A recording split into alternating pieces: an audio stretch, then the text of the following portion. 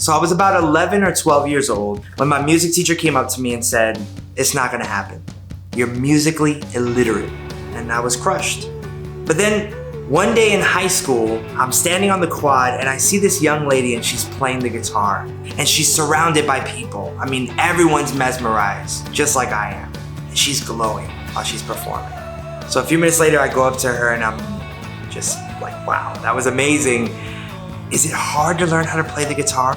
And she smiles and says, not at all. Go out, get a guitar, and start playing right now. I was surprised that one word, one comment could change the entire trajectory of my journey.